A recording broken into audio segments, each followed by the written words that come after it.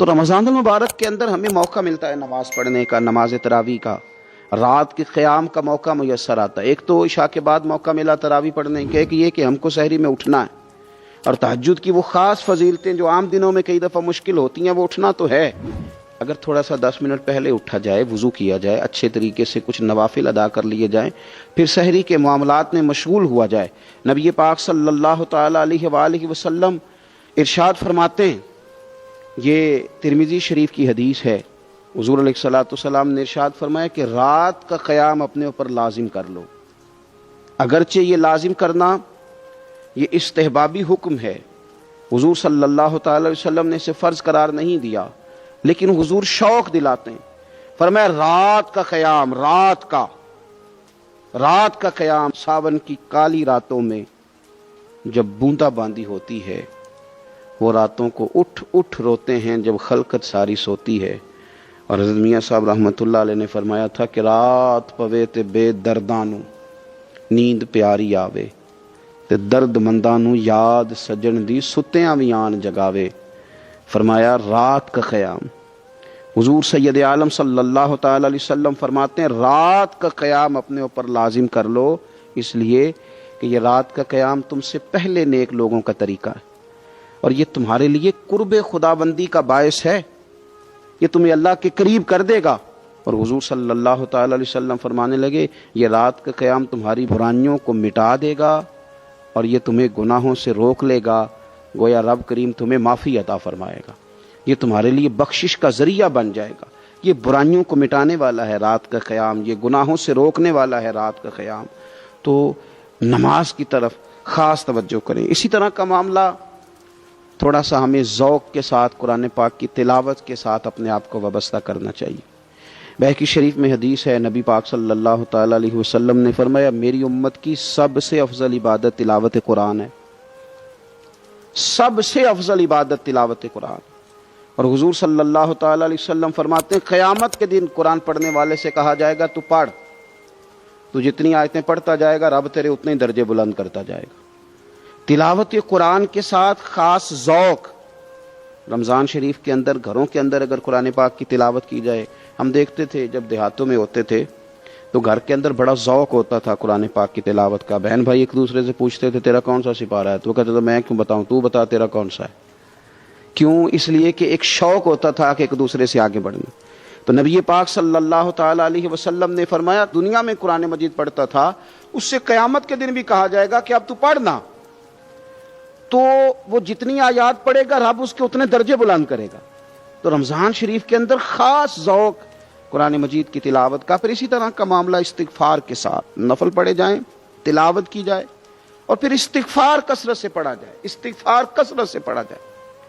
نبی پاک صلی اللہ تعالی علیہ وسلم کا محبوب وظیفہ استغفار پڑھنا، اللہ کے حضور توجہ کرنا، توبہ کرنا۔ حضور تو معصوم ہے، نبی پاک تو معصوم عن الخطا، حضور سے تو معاذ اللہ کوئی گناہ سرزد ہوتا ہی نہیں، اور انبیاء کے بارے میں جو کوئی ایسے نظریات رکھے وہ گمراہ ہے۔ لیکن حضور صلی اللہ تعالی علیہ وسلم نے فرمایا لوگو، یہ بخاری مسلم میں حدیث ہے، فرمایا لوگو اللہ تبارک و تعالیٰ کی بارگاہ میں توبہ کرو، بخشش طلب کرو۔ حضور فرماتے ہیں میں دن میں 100 مرتبہ اپنے رب کی بارگاہ میں توبہ کرتا ہوں۔ حضور تو معصوم ہے۔ یہ توبہ کس لیے ہے؟ یہ تعلیم امت کے لیے، یہ ہمیں سمجھانے کے لیے، یہ ہماری توجہ دلانے کے لیے، یہ بتانے کے لیے ہے کہ یہ استغفار درجات کو بلند کرتا ہے۔ اللہ کی طرف رجوع کرنے کے لیے کثرت کے ساتھ استغفار کی جائے، اپنے رب سے معافی مانگی جائے۔ ہم انسان ہیں، کچھ غلطیاں نہ چاہتے ہوئے بھی ہو جاتی ہیں، بہت کوشش کے باوجود کچھ چیزوں پر کنٹرول نہیں رکھ پاتے، ہم سے سرزد ہو جاتی ہیں۔ رمضان کی ساعتوں میں، صبحوں میں، شاموں میں، سحری میں، افطار میں، تراویح میں، تہجد میں اگر اللہ کے حضور استغفار کی جائے، اللہ کے حضور استغفار کی جائے۔ مسند امام احمد بن حنبل میں حدیث ہے، حضور صلی اللہ تعالی علیہ وسلم فرماتے ہیں، اور یہ حدیث اتنی زیادہ انسان کو خوشی دیتی ہے اور رب کی رحمت کو بندے کے اتنا قریب کر دیتی، اتنا اللہ کے قریب کر دیتی ہے کہ انسان جھوم اٹھتا ہے۔ کبھی اس حدیث کے جملوں پر غور کریں، نبی پاک صلی اللہ تعالی علیہ وآلہ وسلم کس طرح رب کی رحمت ہمارے سامنے بیان کرتے ہیں، اور جب حضور اپنی زبان نور سے بیان کرتے ہیں پھر تو یوں لگتا ہے کہ روح کی گہرائیوں تک بات چلی گئی۔ حضور سید عالم صلی اللہ تعالی علیہ وسلم فرماتے ہیں شیطان نے رب کریم کی بارگاہ میں یہ کہا تھا کہ اے مالک مجھے تیری عزت کی قسم جب تک ان لوگوں کے جسموں میں روح رہے گی میں انہیں گمراہ کرتا رہوں گا۔ جب اللہ نے اسے کہا نا کہ تو نکل جا، تو مردود ہے، تو اس نے کہا مجھے تیری عزت کی قسم جب تک ان کے جسموں میں روح باقی ہے میں انہیں گمراہ کرتا رہوں گا۔ تو میرے کریم محبوب علیہ السلام، مدینے والے پیارے حبیب علیہ السلام فرماتے ہیں، رب کریم نے فرمایا سنو ابلیس، اگر تو یہ قسم اٹھاتا ہے کہ تو جب تک ان کے جسموں میں روح ہے انہیں گمراہ کرتا رہے گا، تو پھر مجھے بھی اپنے عزت اور جلال کی قسم یہ جب تک مجھ سے معافی مانگتے رہیں گے میں انہیں معاف کرتا رہوں گا، میں بھی انہیں معاف کرتا رہوں گا، یہ جب جب مجھ سے بخشش مانگیں گے، جب جب مجھ سے بخشش مانگیں گے۔ اس یہاں سے کبھی ہم نے کنارہ نہ کیا، اور تو نے بھی تو دل آزردہ ہمارا نہ کیا، ہم نے تو جہنم کی بہت کی تدبیر، پر میرے مولا تیری رحمت نے گوارا نہ کیا۔ تو کثرت کے ساتھ استغفار رمضان میں کیا جائے، اللہ کے حضور معافیاں مانگی جائیں، اور میں تو کہتا ہوں اپنے لیے بھی مانگی جائیں، دوسروں کے لیے بھی مانگی جائیں۔ استغفار سے وہ مان جاتا ہے۔ اور پھر سب سے زیادہ اس چیز پر توجہ دینے کی ضرورت ہے، وہ ہے عبادت کا مغز، یعنی دعا۔ میں اکثر کہتا رہتا ہوں کہ ہمارے ڈاکٹر ہمیں یہ کہتے ہیں کہ تمہارے دلوں میں کچھ دکھ ہیں وہ کہہ دو تو تمہاری بیماریاں ہلکی ہو جائیں گی، دل کے بوجھ اتار دو، تم کہہ دو کسی سے اپنے غم تاکہ تمہارے دل ہلکے ہو جائیں۔ اب کچھ غم بڑے ذاتی قسم کے ہیں، بندہ کسی سے کہہ ہی نہیں سکتا، بڑی نجی قسم کے کچھ دکھ ہیں، کسی سے کیسے بیان کرے؟ تو ہمارے دین نے ہمیں دعا سکھائی۔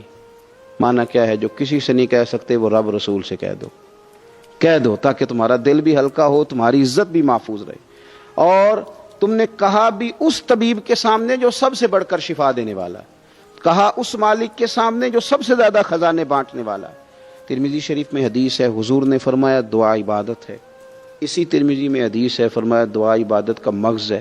اور اسی ترمذی میں حدیث ہے، نبی پاک علیہ السلام نے فرمایا یاد رکھو رب کے نزدیک، اللہ کے نزدیک دعا سے زیادہ عزت والی چیز کوئی نہیں، اس سے بڑی اکرام والی چیز ہی کوئی نہیں اللہ کے حضور۔ تم اپنے رب سے جب مانگتے ہو تو بڑے معزز ہوتے ہو، دنیا داروں کے سامنے ہاتھ پھیلاؤ گے، دکھ سناؤ گے تو عزت میں کمی آئے، لیکن جب تم اللہ سے مانگتے ہو، مالک کے حضور کشکول طلب دراز کرتے ہو، تو اس سے بڑی عزت والی چیز کوئی نہیں۔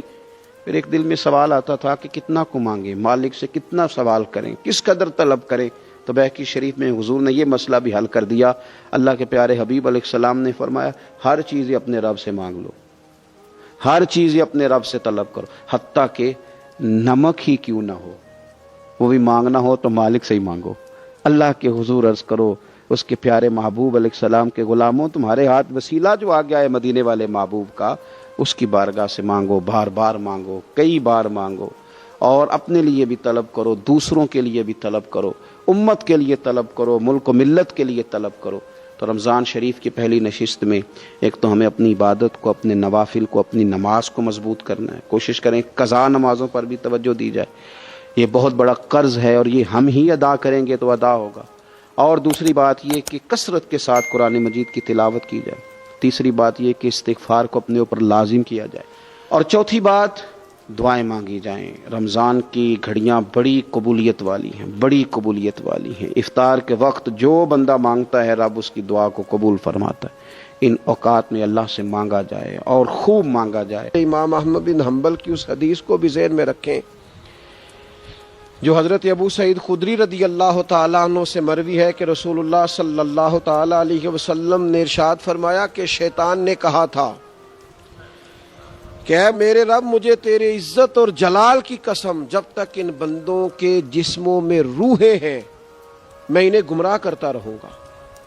تو اللہ تبارک و تعالیٰ نے فرمایا مجھے بھی اپنی عزت اور جلال کی قسم جب تک وہ مجھ سے استغفار کرتے رہیں گے میں بھی انہیں معاف کرتا رہوں گا، انہیں معافی ہوتی رہے گی جب تک یہ استغفار کرتے رہیں گے۔ میری اپیل ہے ہر اس شخص سے جو کسی بھی مشکل کا شکار ہے، کسی بھی آزمائش کا شکار ہے، کسی بھی ذہنی پریشانی کا شکار، وہ کسی بھی قسم کے دباؤ کا شکار ہے، کسی الجھن کا شکار ہے، کسی تکلیف میں ہے، کسی درد میں ہے، فقر میں ہے، آزمائش میں ہے، قرض میں ہے، بیماری میں ہے، پریشانی میں ہے، وہ اپنے رب کی بارگاہ میں استغفار پڑھے۔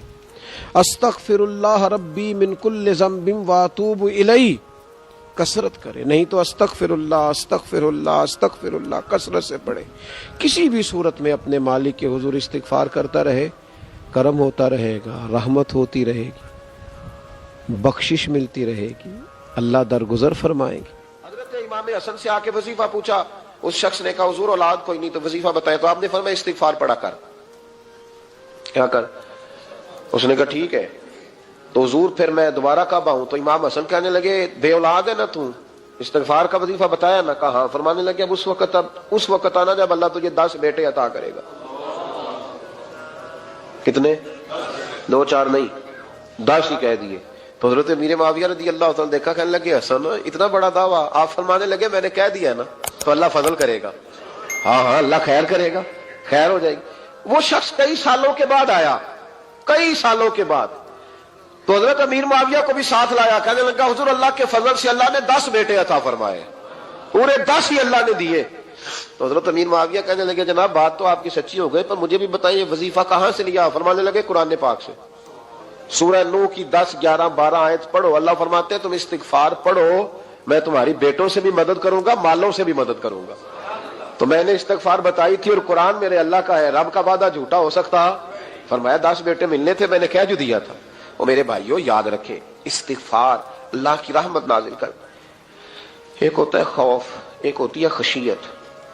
خوف والے لوگ توبہ کرتے ہیں، خشیت والے استغفار کرتے ہیں. ایک ہوتا ہے خوف، ایک ہوتی ہے خشیت والے استغفار کرتے ہیں. نبی کریم علیہ السلام نے فرمایا میں دن میں 100 مرتبہ استغفار کرتا ہوں. دن میں توبہ والا کہتا ہے کہ میں بھول گیا تھا، مجھے معافی مل جائے. اور خشیت والا کہتا ہے میرا یار ناراض نہ ہو جائے، وہ استغفار ہی کرتا رہتا ہے، وہ معافی مانگ. حضرت رومی نے مثال دی ہے، فرماتے ایک عورت تھی تو بھیک مانگا کرتی تھی. ایک دن بادشاہ کے دروازے پہ بھیک مانگنے گئی تو بادشاہ کو پسند آ گئی، اس نے نکاح کر لیا. 20 کنیزائیں اس بی بی کے پاس تھی خدمت کرنے کے لیے، روٹی دینے کے لیے، کپڑا دینے کے لیے، لیکن وہ ہر وقت روتی رہتی تھی، ہر وقت روتی. ایک سمجھدار کنیز کہنے لگی کہ ملکہ اب تیرا درجہ بہت بڑا ہے، تو ہر وقت روتی رہتی ہے، معافی ہی مانگتی رہتی ہے ہر وقت، کون سی ایسی نعمت ہے جو تیرے پاس نہیں؟ تو وہ کہنے لگی اس لیے تو روتی ہوں. کیا مانا؟ کہنے لگی اس لیے روتی ہوں کہ میں اس قابل نہیں تھی جو مجھے مل گیا، کہیں میرے سر کا سائیں ناراض نہ ہو جائے، وہ کہیں بگڑ نہ جائے. مجھے پتا ہے کہ میں کیا تھی اور مجھے کہاں تک پہنچا دیا. میں روتی اس لیے ہوں کہ کبھی کہیں وہ ناراض. حضرت عمر اس لیے روتے تھے کہ کہیں مصطفیٰ ناراض نہ ہو جائے. حضرت ابو بکر اس لیے تڑپتے تھے کہ کہیں اللہ کا فضل روٹھ نہ جائے. یہ جو مولا علی اپنے کمرے میں بیٹھ کے زور زور سے استغفار پڑھتے تو اس لیے نہیں کہ بڑے پاپ تھے جن کی معاذ اللہ معافی مانگتے تھے، اس لیے کہ رب رسول کہیں ناراض نہ ہو. خشیت تھی کہ جہاں ہم پہنچے ہوئے کہیں وہاں سے واپس. استغفار بندے کی اللہ سے صلح کرا دیتا ہے، بندے کی رب سے صلح ہو جاتی ہے جب استغفار. دیکھیں نا بڑی سادی سی بات ہے کہ 2 بھائی ناراض ہو تو بڑا کہتا ہے اس نے میری بے ادبی بڑی کی، تو چھوٹا اگر پاس آ جائے اور پیر پکڑ لے کہ چل یار معاف کر دے، تیرا بھائی نہیں. پتہ کیا ہوتا ہے؟ صرف معافی نہیں ملتی. ہاں صرف معافی نہیں. چھوٹے نے بے ادبی کر دی، بڑے کو تکلیف ہوئی، بات جب آگے بڑھی نا تو بڑے نے شکوہ کیا. جب لوگوں نے چھوٹے کو سمجھایا تو چھوٹا جب معافی مانگتا، ادھر دیکھو میری طرف، جب چھوٹا معافی مانگتا ہے نا اٹھ کے جاتا ہے اور بڑے کے پیر پکڑتا ہے تو میرا معاف نہیں کرتا، بڑا رو بھی پڑتا ہے، بڑا رو بھی پڑتا ہے. اور وہ کہتا ہے کہ وہ میں اور تو اماں کے پاس اکٹھے بیٹھتے، ایک باپ کی موٹر سائیکل پہ اکٹھے بیٹھتے، تو تیرا اور میرا رشتہ اتیار تو نے یہ کیوں؟ وہ جو آنسو نکلتے ہیں نا وہ درد ہوتا ہے، وہ کیف ہوتا ہے، وہ سوز ہوتا ہے، وہ لذت ہوتی ہے، وہ پیار ہوتا ہے. رب کہتا ہے تو معافی مانگ، انہو کان غفارا، تو معافی مانگ، میں تجھے معاف بھی کروں گا، تیرے اوپر رحمت بھی فرماؤں گا، تیرے اوپر کرم نوازی بھی کروں گا، تجھے نواز دوں گا، تجھے عطا کروں گا. حضرت موسیٰ کلیم اللہ علیہ السلام کا زمانہ مبارکہ تھا، قحط پڑ گیا، بارش نہیں ہوتی. ہم لوگ نا اب تو خیر ہمارے پاکستان میں تو ٹیبل ٹاک ہوتی ہے، ٹاک شو ہوتے ہیں. ہمارے ہاں تو پتہ کیا جاتا ہے کہ بارش ہو کیوں نہیں رہی، پھر اس پہ یہ ہوتا ہے کہ دھواں بڑا چڑھ گیا ہے، حالات بڑے خراب ہیں، فلاں ایسے ہو گیا قحط کا. ہم تو اسباب تلاش کرتے رہتے ہیں نا جی، فوق بہت زیادہ ہے، فلاں چیز ایسے ہے، فلاں چیز ایسے، ہم تو یہ تلاش کرتے رہتے ہیں. وہ لوگ یوں نہیں کرتے تھے، وہ سیدھے جا کے مصلوں پہ بیٹھتے تھے. اس لیے کہ وہ کہتے تھے جب رب چاہتا ہے تو پھر کوئی چیز کسی چیز کو روک سکتی، وہ سیدھے مسلح پہ بیٹھتے. اعلیٰ حضرت فاضل بریلوی رحمۃ اللہ علیہ کے پاس ایک مولانا محمد حسین آئے، وہ فلکیات کے بڑے ماہر تھے. تو اعلیٰ حضرت نے فرمایا ذرا ستاروں کا حساب لگا کے دکھاؤ بارش کب ہوگی. کہنے لگا پورا مہینہ تو نہیں ہوگی. تو اعلیٰ حضرت رحمۃ اللہ علیہ فرمانے لگے کہو کہ میرا علم کہتا ہے مہینہ نہیں ہوگی، اللہ چاہے تو ابھی ہو سکتی ہے. کہنے لگا جی وہ تو ٹھیک ہے پر میرا علم، وہ جیسے روز لوگوں نے پیر نیٹو حسین شاہ صاحب نہیں کھولے ہوتے کہ بارش کب آئے گی، اور اس کی طرف نہ دیکھ، مسلح پہ بیٹھ، مہربانی کر مسلح پہ بیٹھ، اللہ کی بارگاہ میں حاضر ہو، اس سے معافی مانگ، اسے منا تاکہ وہ رحمت کی بارش. کہنے لگا جی میرا علم کہتا ہے. تو اعلیٰ حضرت فرمانے لگے پھر وہی بات، تو کہہ اللہ چاہے تو بارش ابھی، لیکن یہ جو اڑ گئے ہیں نا بیچارے، یہ اڑ ہی گئے ہیں، یہ جہاں الجھ گئے ہیں وہاں یہ لوگ الجھ گئے. اللہ ہمیں الجھنے سے محفوظ فرمائے. تو اعلیٰ حضرت اٹھے تو فرمایا ٹائم کیا ہوا ہے گھڑی پہ؟ کہنے لگا جی 12. تو اعلیٰ حضرت نے گھڑی گھمائی، اب کیا بج گیا؟ کہنے لگا 4 بج گئے. فرمانے لگے بج گئے نا 4. کہنے لگا جی آپ نے گھڑی گھما جو دی ہے. فرمانے لگے اللہ بھی جب چاہے تو ستارے گھما دیتا ہے، اللہ بھی ستارے گھما دیتا ہے بارش. کہنے لگا جی وہ تو ٹھیک ہے پر مہینہ نہیں ہو سکتی. اڑا ہوا بندہ اس کا کوئی علاج ہے؟ جو اڑ جو جائے اس کے لیے قرآن کہتا ہے وَإِذَا خَاطَبَهُمُ الْجَاهِلُونَ قَالُوا سَلَامًا، اسے سلوٹ کرو دور سے، اسے کو تو جان اور تیرا. کہنے لگا جی ہو نہیں سکتی پورا مہینہ. فرمانے لگے یار تو جا اپنا کام کر. وہ شخص کہتا ہے میں نے دروازہ کھولا اعلیٰ حضرت کا، کمرے سے باہر نکلا تو تیز بارش ہو رہی. واپس آیا تو میں نے کہا احمد رضا یہ عقیدہ کہاں سے لیا ہے؟ فرمایا دروازہ مصطفیٰ سے لیا ہے صلی اللہ علیہ وسلم. تو یاد رکھیں کہ اللہ کو منانا چاہیے، استغفار کرنا چاہیے. پھر غور کر لیں اس بات پر کہ وہ کتنا عظمت اور رفت والا شخص ہے جس کی اللہ کی نظر میں عزت ہے، جو اللہ کے ہاں قابل اکرام ہے، مالک کے ہاں. عزت، تعظیم اور توقیر یہ مسلمان کا خوبصورت عمل ہے. ان سے ایک اچھا اور خوبصورت معاشرہ جنم لیتا ہے. لیکن اگر بڑوں کو تکلیف دی جائے، بزرگوں کی بے ادبی کی جائے، معاشرے میں بگاڑ بھی پیدا ہوتا ہے اور بدصورتی بھی پیدا ہوتی ہے. بدصورتی پیدا ہوتی ہے، بدبو پھیلتی ہے. اس سے معاشرے کا حسن مان پڑتا ہے. بڑوں کو تکلیف نہ دیں، آزمائش میں مبتلا نہ کریں. جس کو اللہ تبارک و تعالی نے ہم سے بڑا کیا ہے، علم میں کیا ہو، عمل میں کیا ہو، تقوی میں کیا ہو، یا ویسے ہی دین کے اندر اس کی داڑھی سفید ہو گئی، اس شخص کا اکرام کریں، اس کو عزت دیں، اس کے ساتھ ادب والا معاملہ کریں. یہ چیز سنوارتی ہے مسلمانوں کو.